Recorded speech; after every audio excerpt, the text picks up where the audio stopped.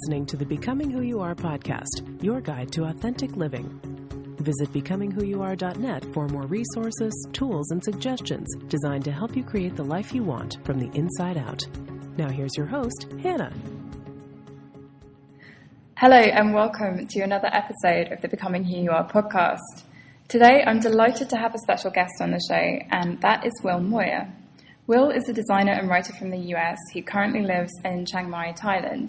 You can see examples of Will's fabulous work on Becoming Who You Are, as he's the creative talent behind the Becoming Who You Are logo, the website header, and the cover of my most recent ebook, The Ultimate Guide to Journaling. The reason I wanted to talk to Will today is because since I've known him and we started working together, he has made some dramatic life changes. In 2010, he left the States to teach English in China, and he's now traveling around Asia running his own web design and consultancy business from wherever he might be. Traveling, living abroad, and working for yourself are huge steps to take individually, but Will has done pretty much all three simultaneously over the course of the last couple of years. Today, I want to get his perspective on living and working abroad. Whether this is something that you're currently doing yourself or something you would like to do in the future, I really hope you find our conversation helpful. So, hello, Will, and thanks so much for joining us today. Hey, Hannah. Thank you for the intro. It was very professional and nice. I'm glad you liked it. Is there anything else that you want to add to that? No, I don't think so. I think you pretty much covered it. Great. Okay, well, what I wanted to start with was something that I'm kind of interested in myself and I think would be helpful for other people to hear as well.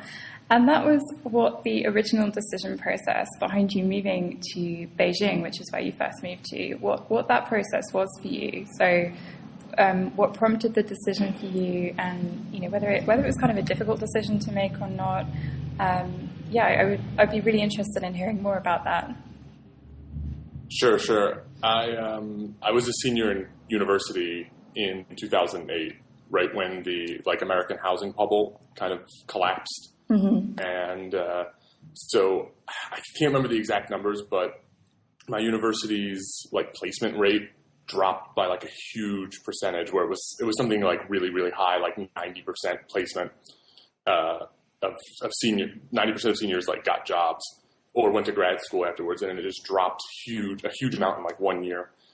So it was really hard to find a job after graduation, and I thought I wasn't going to have one.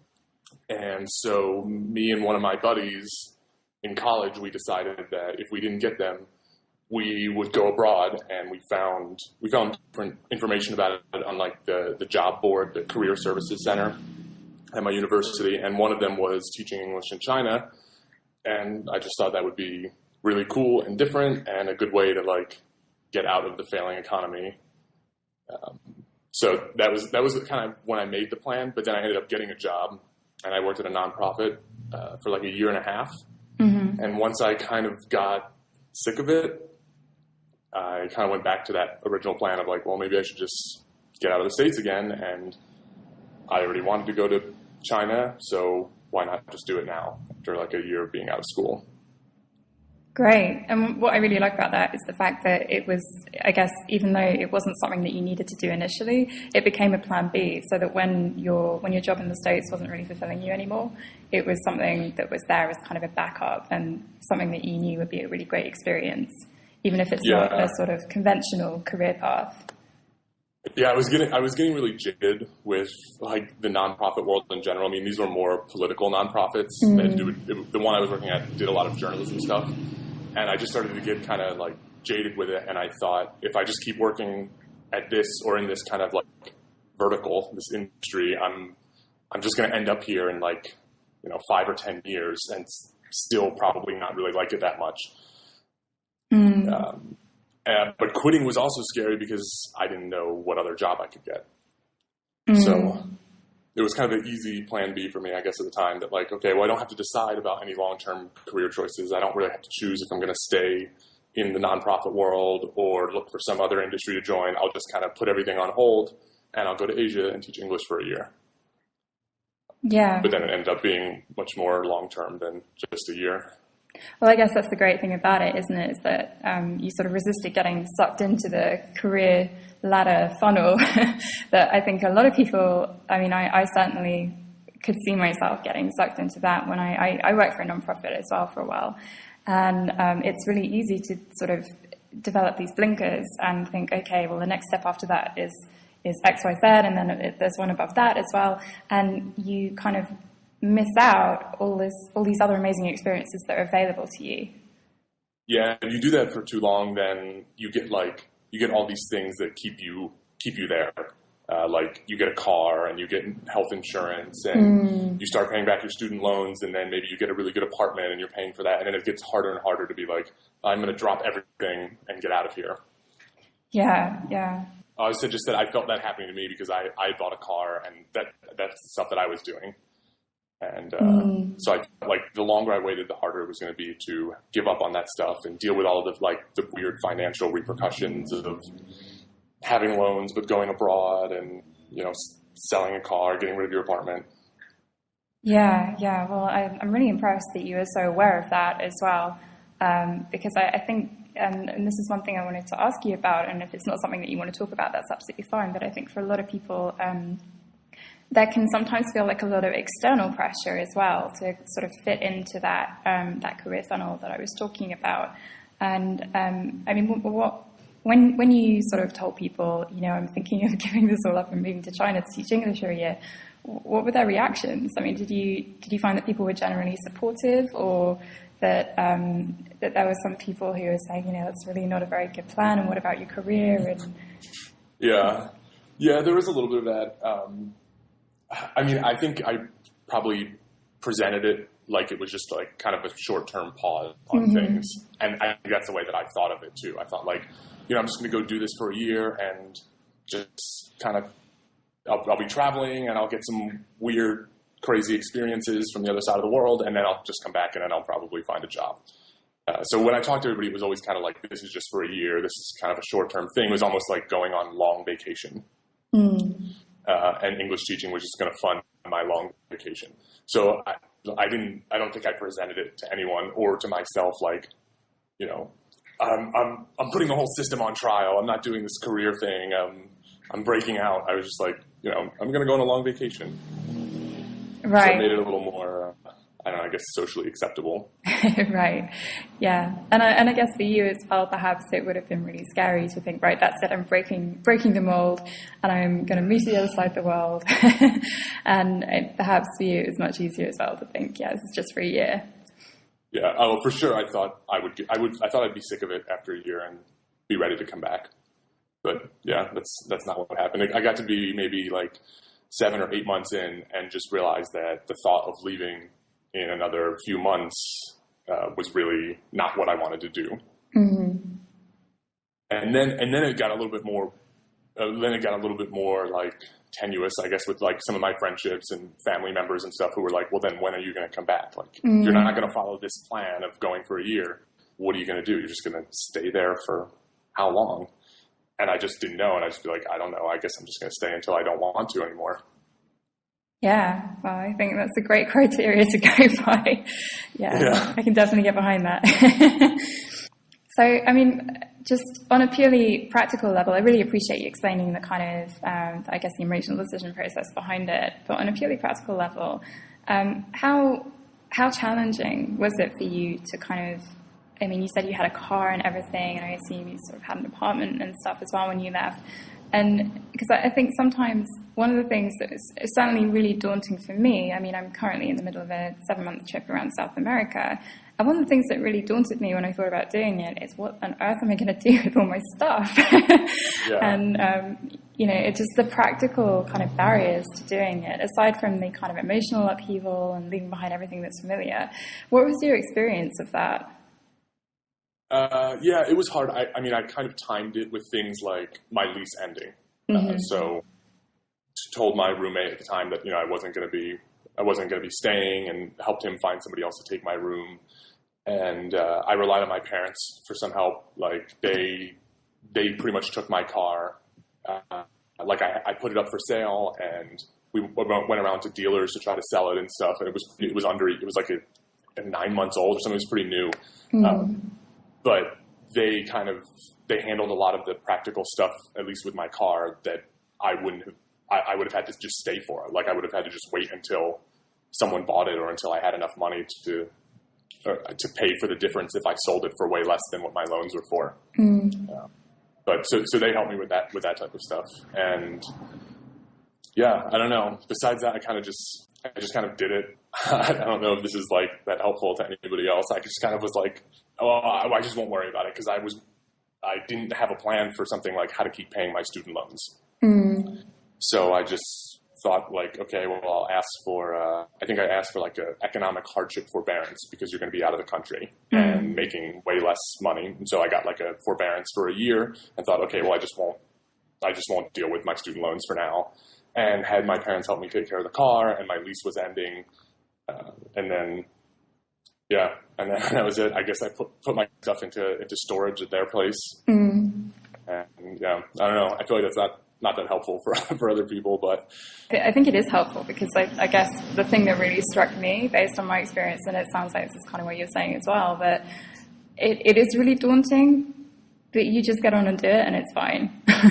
Like the idea of doing it is usually much worse than actually doing it. So sorting out all my stuff and putting it in storage and everything, and for us finding someone to rent our apartment and everything was a real pain, and it took a lot of time. But when it's done, it's done. And even though it feels at times impossible, and you don't know if things are going to slot into place in quite the way that you want them to, and they probably won't as well.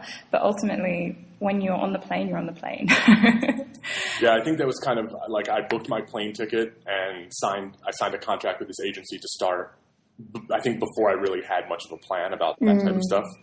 And I just kind of forced myself into it. We're like, okay, now I have this date where I'm getting on a plane, and I hope someone buys my furniture off of Craigslist, or else I guess I'm leaving it. I don't know. Yeah, that was definitely our experience. Is once that ticket's booked, you're going whatever happens. Yeah, which is maybe how you have to do it, because if you let yourself like get overwhelmed with all the logistical details, it just feels like, I just can't make this work, and I just have to wait for a time when it's easier, but that might never happen. Yeah, absolutely. And the result of that is that you potentially never go, because you're always waiting for things to kind of magically slot into place in a way that just doesn't reflect reality. Right. Great.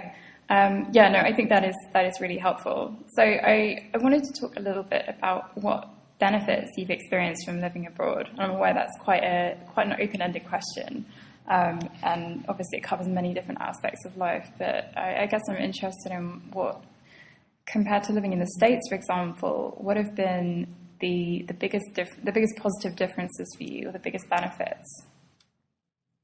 Oh man. Well, there's definitely like some economic stuff that it was, especially when I was in China, I kind of had this built-in safety net of teaching English that I knew, like, no matter what, I could always do that. So I had a little bit more freedom to start my own business, because I thought, like, if it didn't work, if I didn't get clients, if I was in danger of not making rent or whatever, I could just teach English, and it kind of was always available. You can just be a tutor or pick up some English, weekend classes, and you'll be okay. And that's just a benefit of being in a place with a high demand for English speakers. So that's obviously not true of being abroad everywhere. That was definitely specific to China, and other parts of Asia, kind of similar. So that was one thing that helped a lot, because that kind of safety net I didn't have in the States. So going full-time freelancing was really scary, because if I didn't get a client for a couple months, I wouldn't be able to pay my bills. And if you're in the developing world, or different parts of Asia, not necessarily Europe, prices are way lower than living in American City. Yeah.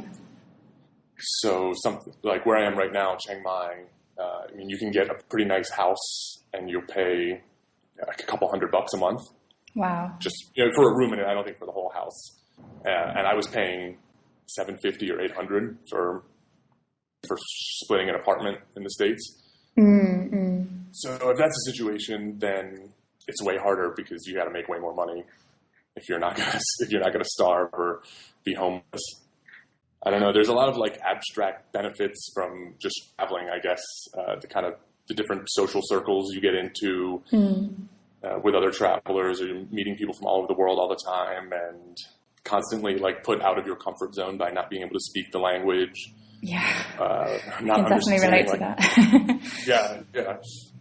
Or not understanding like the kind of cultural practices for how they do business or whatever. All that stuff, it's stressful, but it usually makes you grow, I think, because you're adapting to it.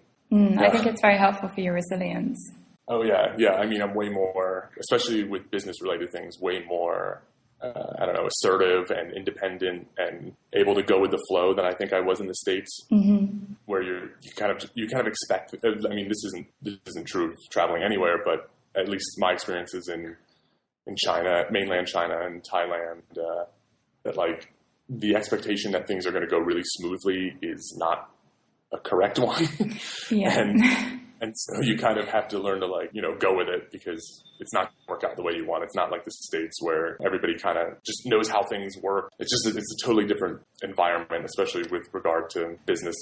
Yeah, what I think is really great about that is it sounds like what you're saying is that the experiences that you've had traveling have kind of affected areas of your life that you wouldn't, when you think about the experience of traveling, you wouldn't necessarily assume that it would affect these areas of your life. So, for example, the experiences that you had in China and Thailand, kind of negotiating with people, have really helped your negotiations when it comes to your work, even though, as far as I'm aware, you are dealing with mostly US clients. Right. Yeah, I mean, there's so many times where not being upfront about something, if you're working with a client that's in Asia, if you're just both going on your own assumptions, there's almost a guarantee that they're not going to be the same assumptions. Where if you're in the States or you're in the UK, like you probably both assume the same things about the project or about how it's going to go. When if you're in a different culture, you have to be really explicit and really assertive about like, this is the process, this is how things are going to work, this is how I'm going to get paid. Because if you don't do that stuff, it just won't work at all. And that stuff makes you, I think, better at business all around. Oh, definitely. Yeah. I mean, having been a freelancer myself, I know I've definitely fallen into that trap too many times about not being clear up front about what the expectations are on both sides, the terms of payment and things like that. So it sounds like that's really, really helpful, that's something that has been influenced by your experiences abroad.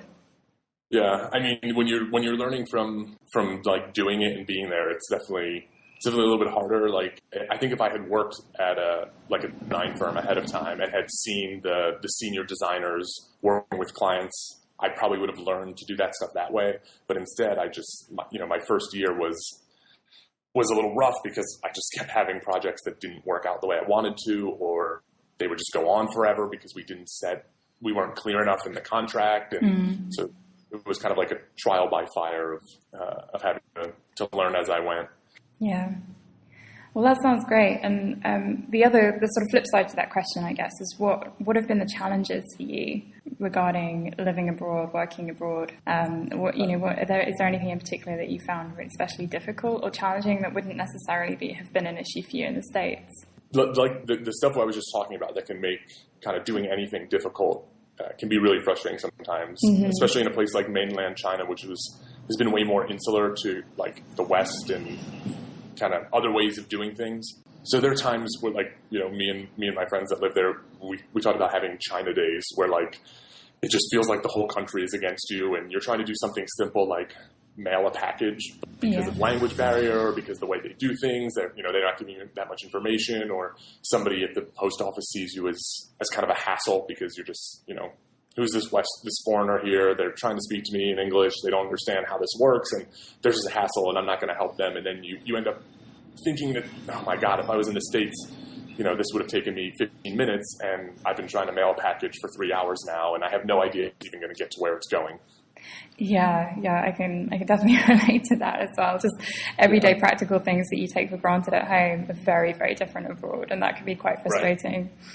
And I had a TEFL teacher that talked about going through like these phases of these little cycles of like acceptance and then like kind of like battling against the way that things work in a different culture, and then accepting it again, and then having like depressive moments where you feel really overwhelmed by it, and how it just keeps happening in cycles. Yeah. Or they get bigger or smaller, where you're like, okay, I got it. Like, I understand how things work in mainland China. I can do things. I know enough of the language. I can get by. I've got a grip on this.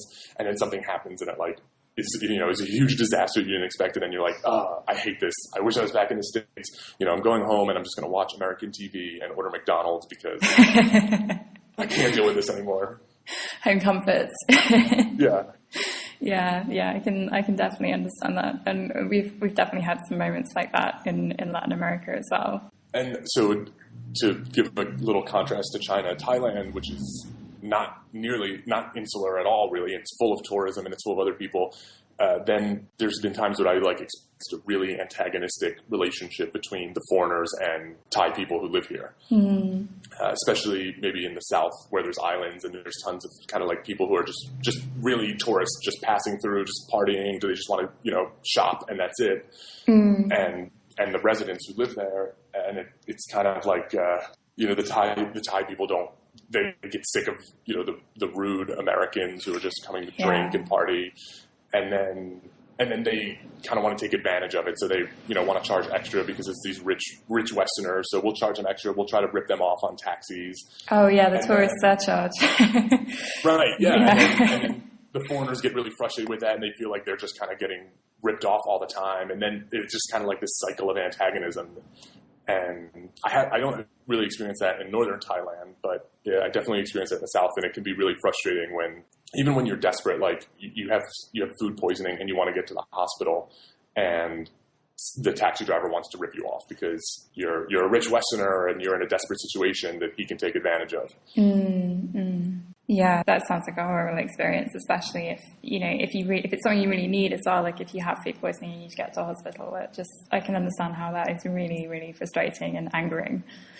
Yeah, and there's moments like that where you miss home and you feel like this wouldn't happen there, and it's okay. Yeah, and on a balance, it sounds like I'm guessing because you're still there, the sort of positives far outweigh the negative experiences that you've had. Oh yeah, for sure. And a lot of it, like I said, it comes in cycles. So you have long periods of like starting to feel like this place is your home, or this place where you're staying, like you understand and you fit in, and you make friends with locals, and you develop relationships, and you're like, okay, I got this. And then you go through like a bad period of feeling you don't belong and you should just leave. And so I don't think it's not like it's constant. It just comes in cycles, and you kind of just get used to it. Like, okay, whatever. It's just one of those days, and whatever. Yeah, absolutely. And like I said, I've definitely had those days where you just feel like, you're never going to get a hang of the language. You're never going to be able to understand anyone. They're never going to be able to understand you. Everything's really strange. But ultimately, on a balance, certainly our experience in Latin America and in Mexico, which is where we are now, has been that the positives of being here far, far, far outweigh. Going through those days where you feel like everything is working against you and you're this kind of weird stranger in a very foreign land, the positive experiences of being here far outweigh those days. Yeah, and I think a lot of it depends on your personality, or maybe even will change your personality a little bit, because I have friends that are a little bit more mellow or milder maybe than I am, where I get kind of belligerent, like maybe this is like the designer side of me or whatever, but like thinking things should be done. This is the right way to do it. This is like, perfectionism. This is the most efficient, right way that you should do this. And I'm really frustrated at how it's being done so inefficiently. Yeah. And so like it'll get me going a little bit more versus, some of my friends that are more mellow and kind of like, oh, well, whatever. I'll just go, I don't mind if going to the post office is really inefficient and takes way longer than it should. Yeah, it kind of puts things in perspective, right? Because in a sense, what if you have to wait an extra long time at the post office when you have all these other great benefits of being here? Yeah. One other thing that I wanted to ask you about, just because I know that this is something that I was wondering about before we left on our trip, just because we were traveling to some pretty places that had some pretty bad reputations. And I know that you had an incident on New Year's, and I'm not sure if you really want to go into that, but I wanted to ask you about safety and How has your experience kind of safety abroad? Because I think that's something that concerns a lot of people, especially if they're going somewhere they've never been before. They're planning together for a long time as well. So like in your case, a year, in our case, several months. It can be quite daunting. There's this concept of like, well, I don't know what I'm getting myself into.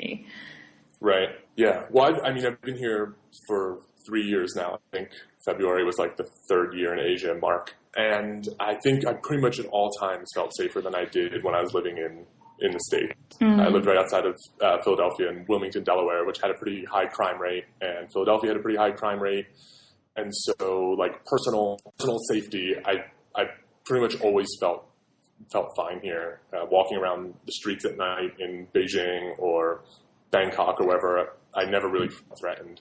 There's still like petty crime. Yeah. And things like that, which I was never robbed in the States, but I was robbed here. It's also weird. It depends on where you are, because there's a place, China, it's safe, but then there's also things that like you just shouldn't do as a foreigner. Like if you end up like going to protests, or if you start doing journalism, you might not be in trouble with criminals, but you might have the government trying to deport you, or, who knows. I always felt safe in China. There was, there's stories about petty crime happening, muggings or fights that break out between foreigners and Chinese people now and then. And it's over stuff like that's stupid, like girls or, whatever.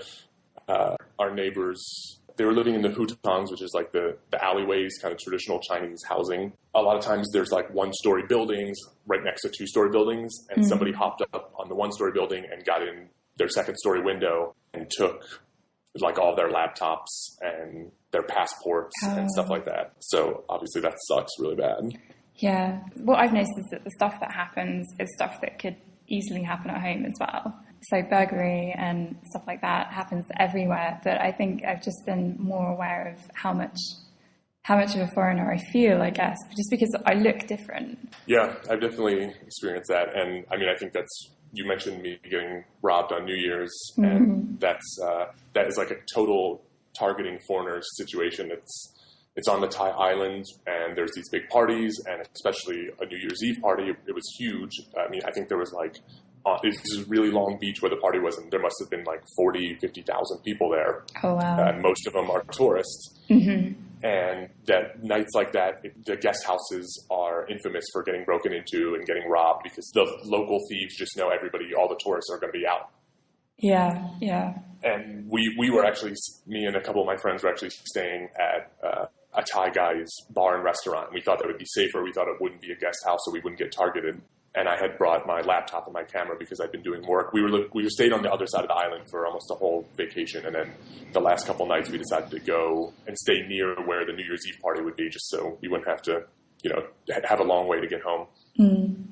And we thought it would be safer. And when we got back from the New Year's Eve party, there like 3 computers had been stolen, and hard drives and DSLR cameras and Kindles.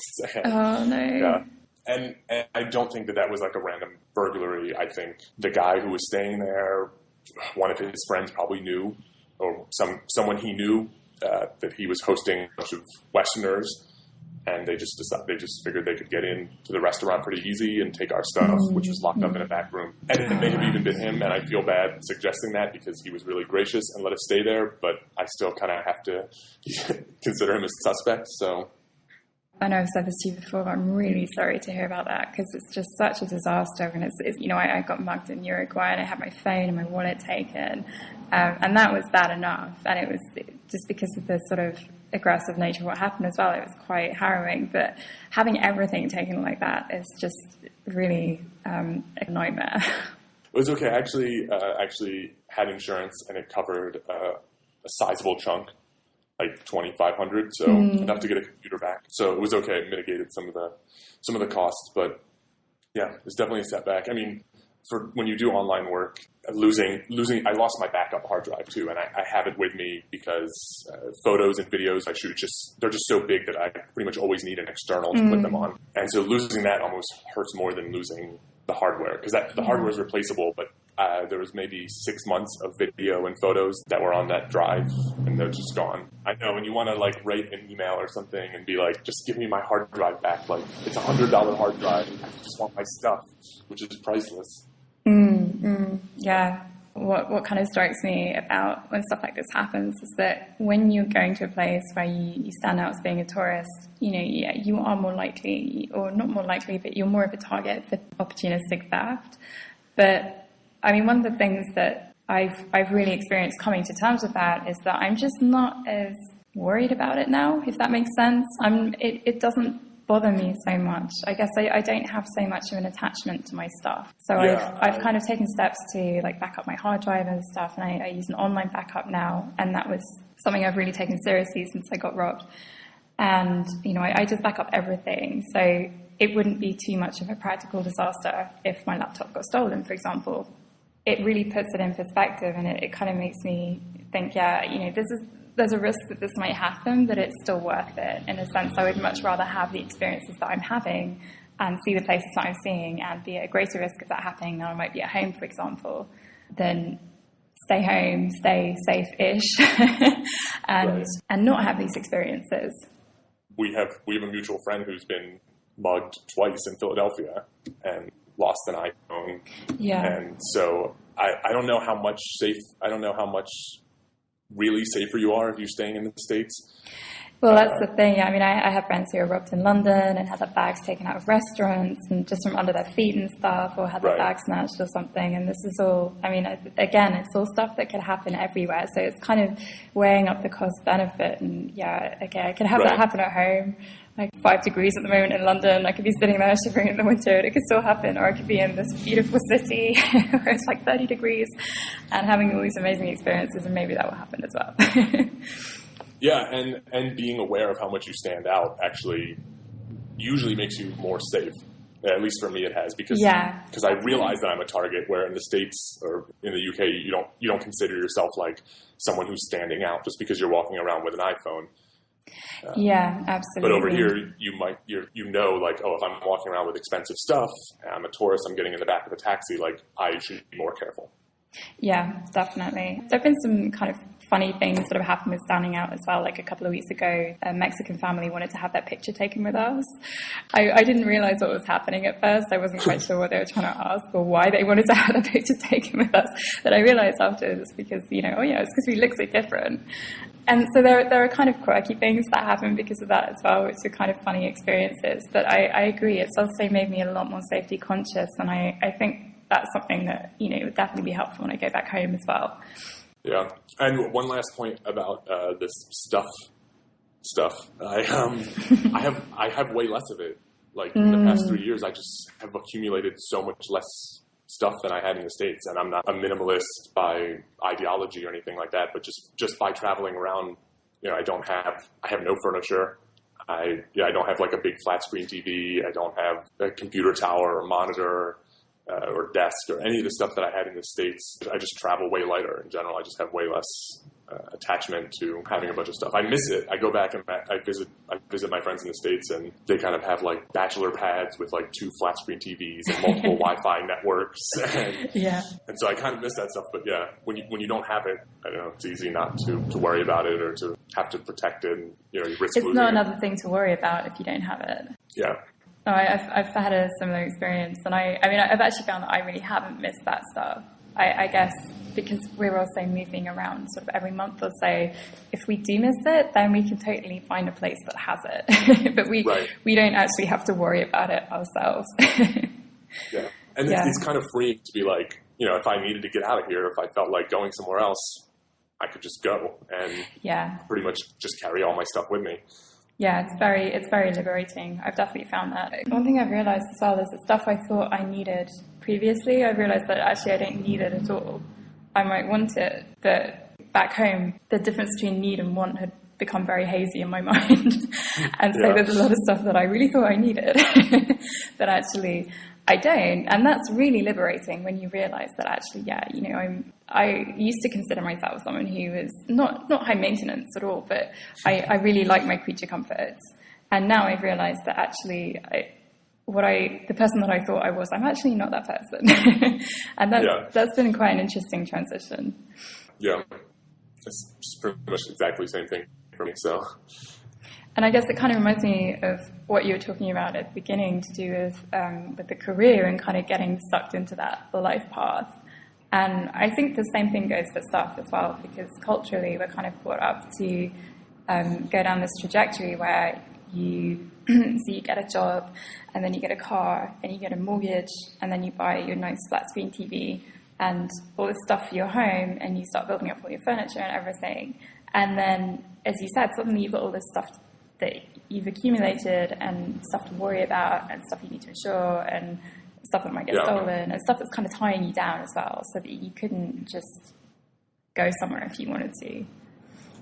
Yeah, I went back from my cousin's wedding a couple months ago, and I think I'd been away for about 18 months without even a visit to the States, and he had like 2 cars and a truck and a boat and a house and all kinds of like cool electronic stuff and household appliances.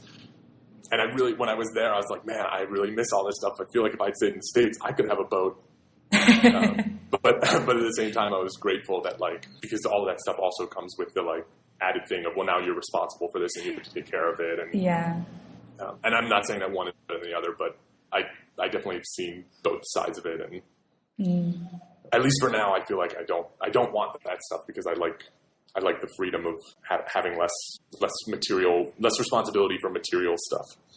Yeah, I think that's a great point, because it's not that there is a wrong or a right way to do things. And if you really like boats, for example, and you want to get a boat, there's absolutely nothing wrong with doing that. But it's about listening to what you really want, and as well as the joy of having a boat, there's all the responsibility that comes with that, and the maintenance and the costs, and et cetera, and those are all things that kind of restrict what you can do in other areas of your life. And it's just about being aware of how the choices you make impact other areas of your life. And I really like the fact that for you it's not so much about, I don't agree with boat ownership, to use a silly example, that it's more about, that's not what I want right now. I'm looking at the whole package, and I just don't want all the responsibility that comes with that. Yeah, because I do, and I feel like in the future maybe I will. But I already want that stuff. It's just not worth it right now for me. Yeah. Yeah, no criticism of people that have that stuff at all.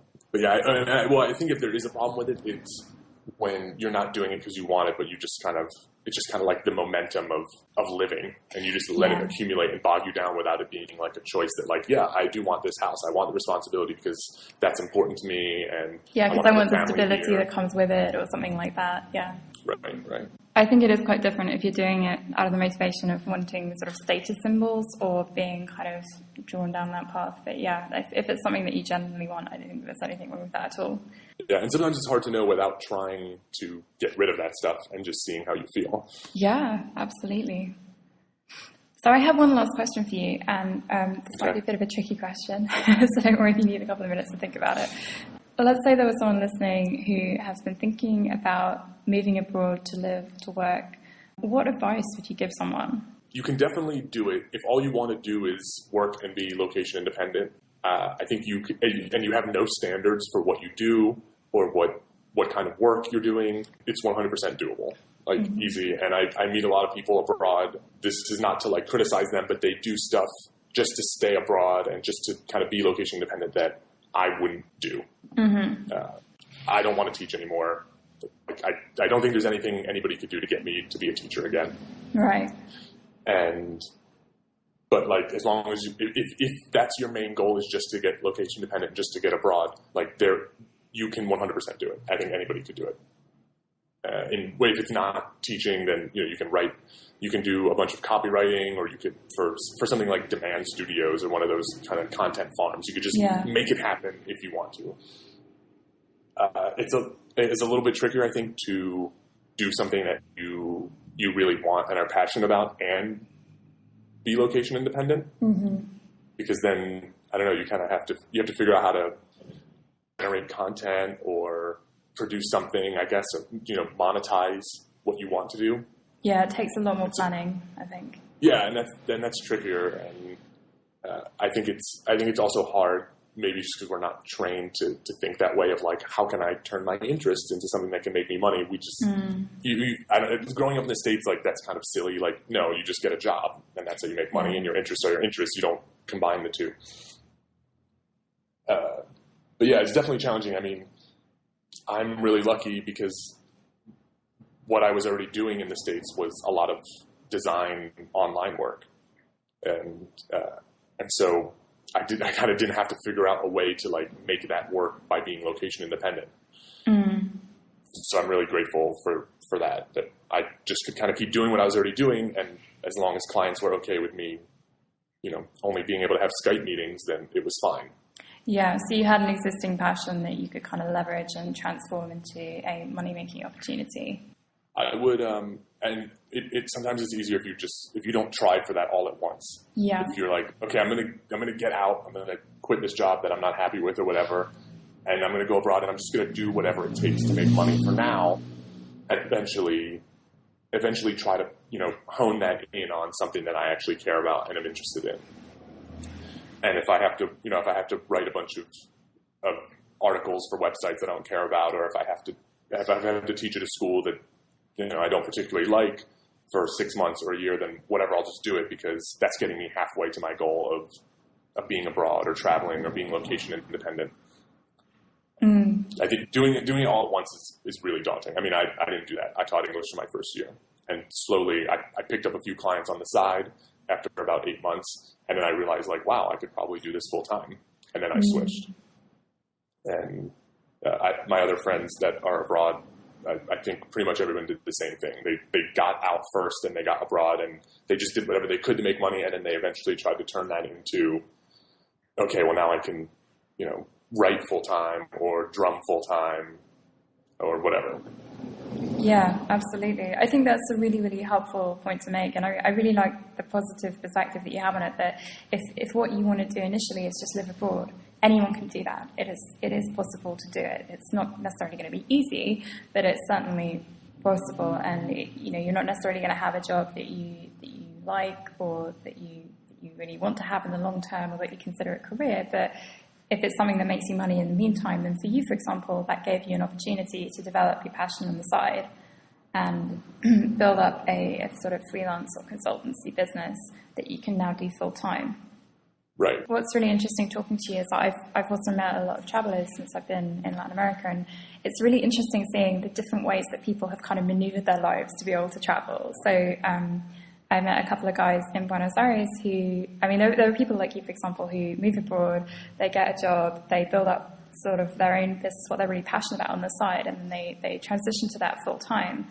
And then I've also met a couple of other people who will work for 5 years and save up during those 5 years and then take a year off and just travel for that whole year and travel until the money's gone.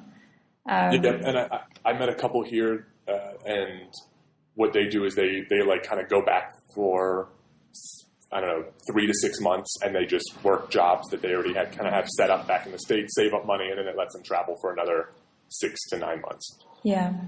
And so they just kind of do that over and over again, and they do other little things while they're abroad to supplement their income. But that's kind of their strategy. And I think if you get a job, in your home country that lets you do that, that's awesome.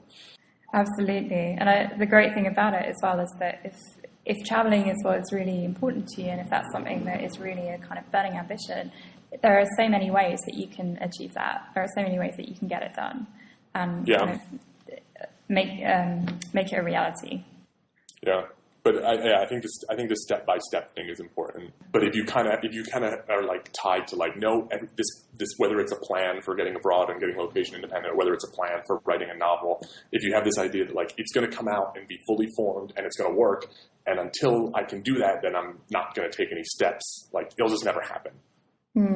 Yeah, you've got to have some flexibility in there.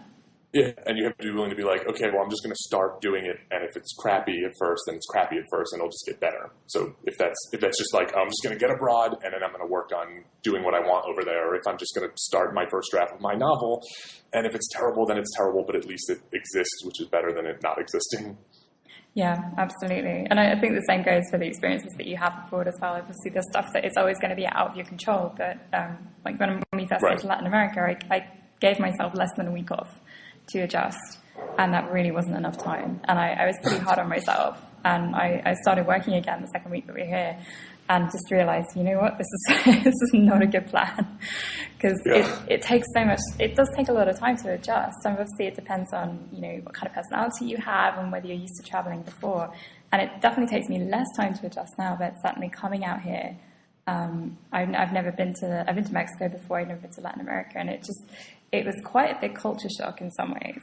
And you really need to be, I think, kind of gentle on yourself when it comes to doing stuff like that, and the step-by-step approach to give yourself time to kind of adapt to where you are first, and then you're in a better position to actually move on to, you know, perhaps if you want to, making a sustainable living out of doing what you love.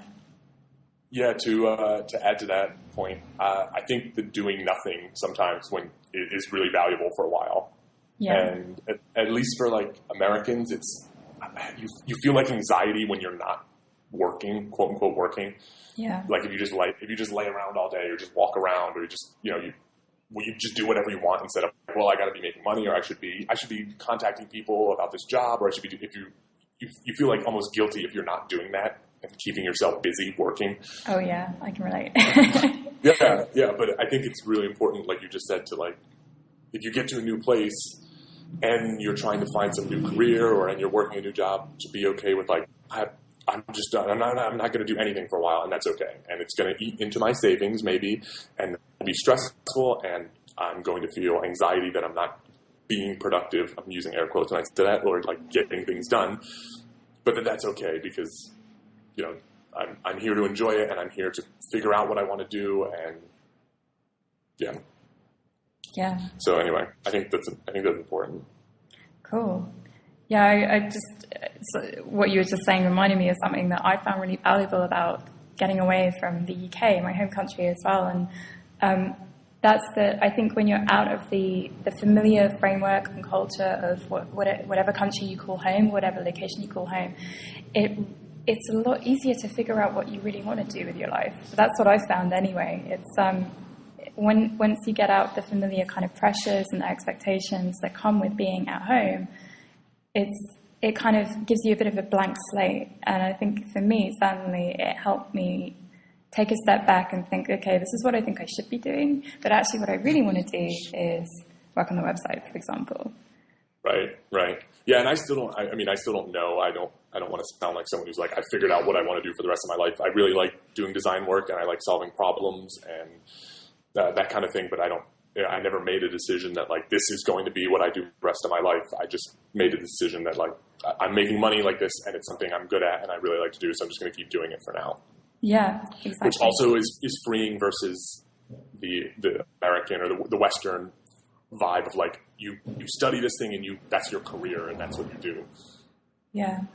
Even though I don't think it really exists, because everybody changes jobs so much, but I think it's quite an old mentality that's still passed down to people in our generation, but isn't really applicable anymore. Yeah.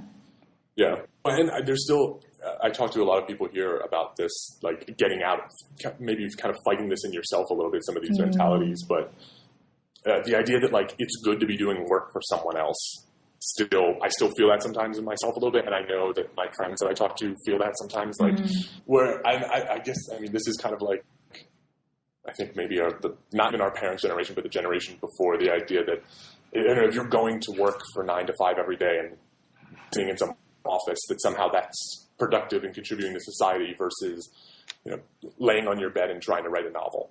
That one of those things is like frivolous and stupid, and the other one is productive and adding to society. And, you know, I don't really think there's any reason to think that sitting in a cubicle for working for some mega corporation is adding to society.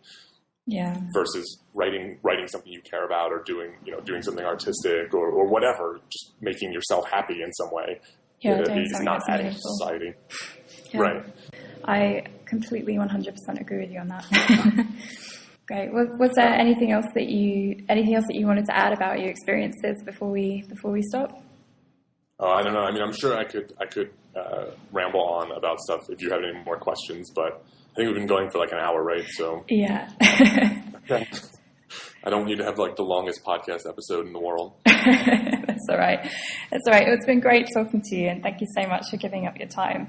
it's been really, really interesting hearing about your experiences, and it's been interesting for me kind of relating to my own experiences. I think it will be useful for other people as well, hearing about the fact that you've not only done this, but sort of what your perspective on it is in hindsight and what your experiences are now as well.